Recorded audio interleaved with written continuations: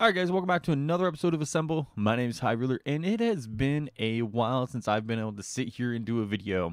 We've had some sparring details on War for Wakanda. We haven't had a lot of information on 1.9, but today I get to sit here and talk to you guys about some exciting War for Wakanda details that came out today in the Entertainment Weekly news section, and honestly, it sounds pretty good. So, with that being said, let's get right into the new... Oh, no.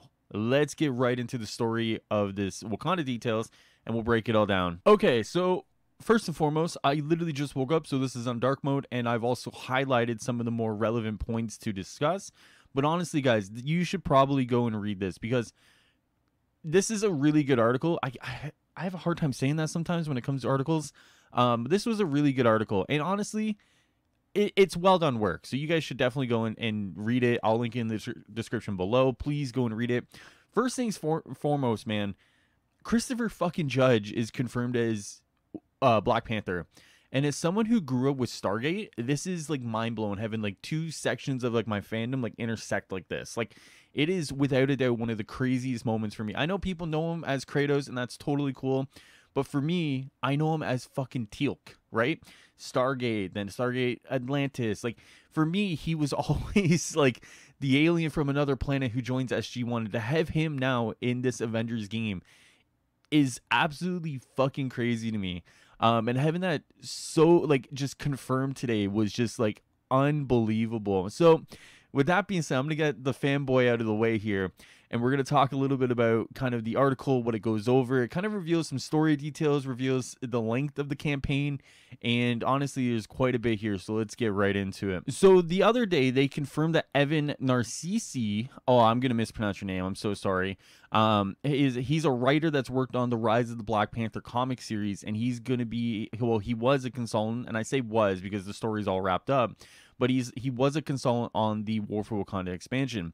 So he's in here as well, and he says, I want to double down on the idea that this is its own iteration of the Black Panther mythos. Says Evan Narcisse, the writer behind Marvel Comics' Rise of the Black Panther, who also came aboard War for Wakanda as a narrative consultant. Even if you know the comics and can quote the movie by heart, there's still going to be some surprises, which is cool. Hannah McLeod, the DLC's narrative lead who worked closely with Narcisse to craft this new story, believes the game's version of T'Challa is already distinct given his place within the context of Marvel's Avengers. A-Day, which was meant to celebrate the opening of the hero's West Coast headquarters, kickstarted the game's main story, blah, blah, blah, blah. The DLC largely picks up 5 years after this event to see the ripple effects in Wakanda. Okay, so I don't think it means 5 years from our moment here. It's obviously 5 years from A-Day, right? Just, you know, to people who may not know, they, you know, this could be like, oh, 5 years since like Cosmic Cube. It's like, no. It's 5 years since the end of A-Day, right? Okay, so now we get T'Challa's kingdom was in negotiations with Steve Rogers to ally with the Avengers, but with Cap's death brought a change of heart for the most technologically advanced nation on Earth. They closed off their borders to the rest of the world once again. In the DLC, however, T'Challa has no choice but to enter the fray when the corrupt corporation AIM, headed by Monica Rappaccini, hires Eusalis Claw to procure vibranium. Now, interesting, because like, considering how much we've gone around as the Avengers since the return of Steve Rogers, I wonder if T'Challa knows that Steve is back, right? Like, I wonder if there's already kind of like an inclination there for T'Challa that like, oh, Steve is back. You know what I mean? So it'd be interesting to see. If I understand that like they closed their borders off, but like it seems weird that like T'Challa and Wakanda wouldn't know that Steve is back. So anyways, I digress. So they say Claw has a personal vendetta against Wakanda that I don't want to spoil. It's different than the comics, teases McLeod. We'll say he has the sonic technology he developed that is used specifically to make vibranium tech vulnerable. But it also has this issue where it causes corruption in vibranium. That corrupt vibranium is starting to sprout all over the earth, which is why the Avengers get involved. Interesting. Okay, so I guess that answers this question here. I guess like the main point of like conflict that the Avengers are going to get in is like this vibranium spreading up, right? Which means even if T'Challa did know that Steve was back, I guess it really doesn't matter. Okay. Is that the face of T'Challa? That's cool looking, man. He looks cool. Damn, he looks cool.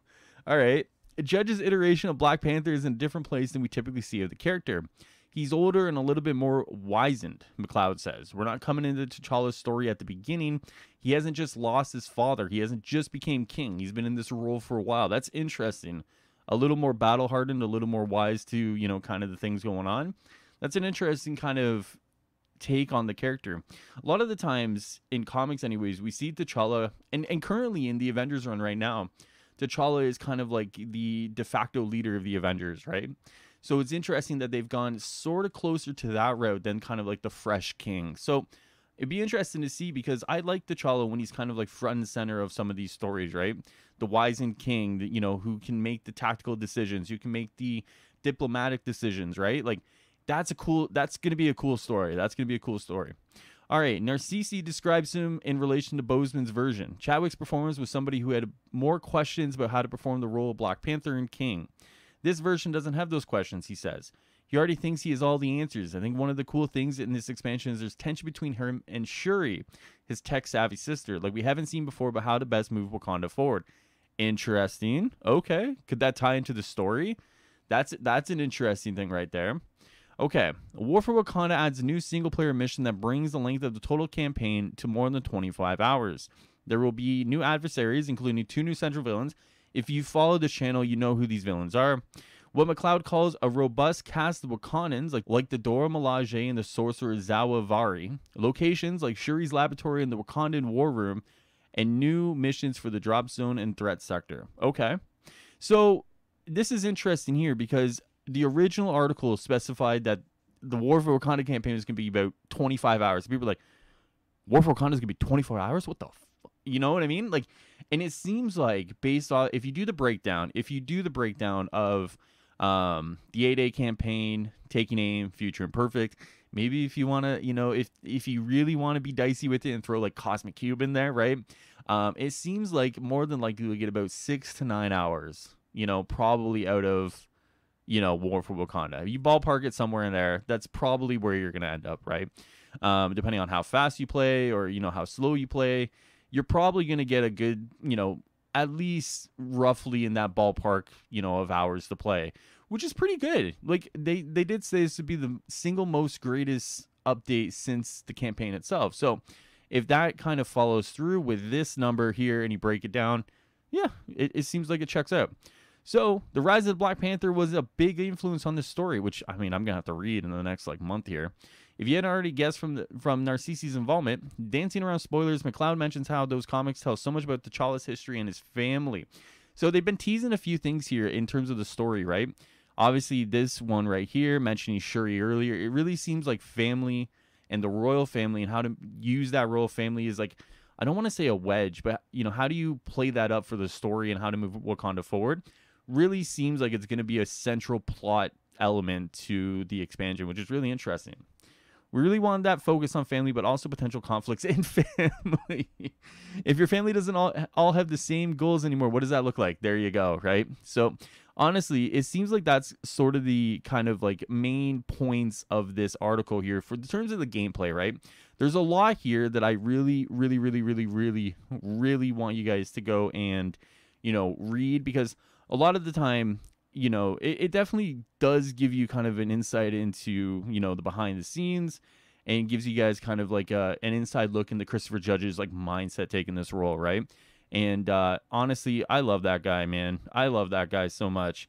So I'm excited. Tomorrow, guys, Judge Narcisi, and if I'm mispronouncing his name, he has full immunity to come beat the crap out of me, because I'm probably sure I am.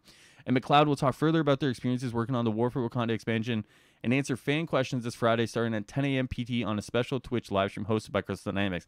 You bet your ass I'm going to be there. 100% I'm going to be there. No way am I going to miss Christopher Judge on a live stream.